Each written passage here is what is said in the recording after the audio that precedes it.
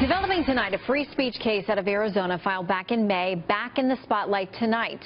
A pair of Christian business owners are part of a group challenging a local ordinance in Phoenix. The law in place requires them to do business for same-sex wedding ceremonies.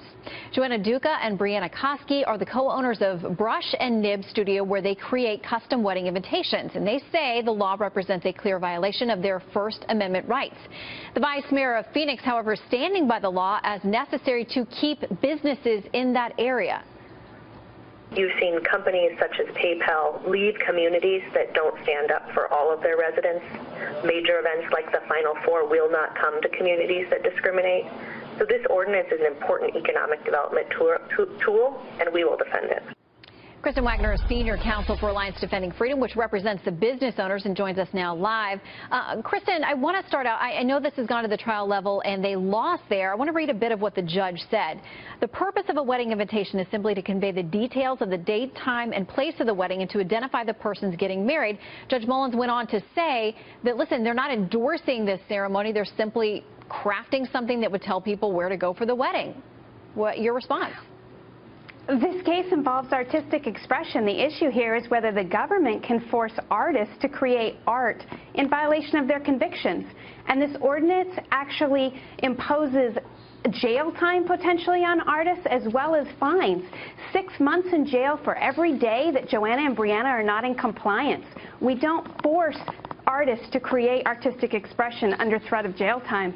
Yeah, something interesting as well. It says that as part of the ordinance that they can't directly or indirectly display, circulate, publicize, or mail any advertisement, notice, or communication which states or implies that any facility or service will be refused or restricted. So essentially now why you're here and not your clients is because they're worried that this ordinance says if they speak out about why they would refuse service or refuse to take part in this, that they too would be facing jail time for sharing their convictions and opinions?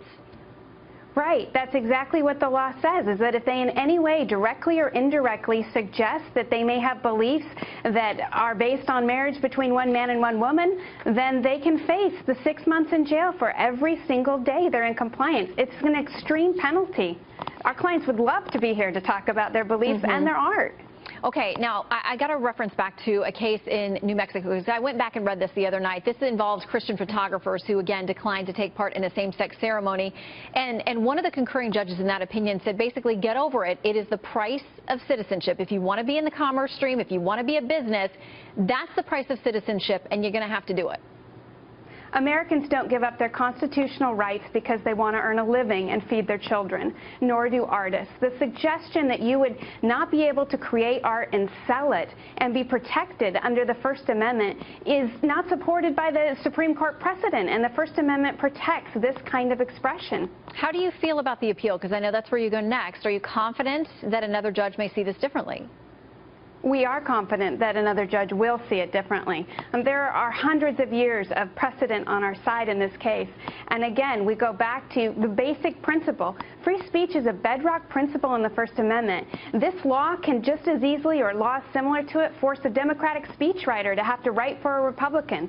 It could force an atheist singer to have to sing at an Easter worship service. And we know that civil liberties travel together.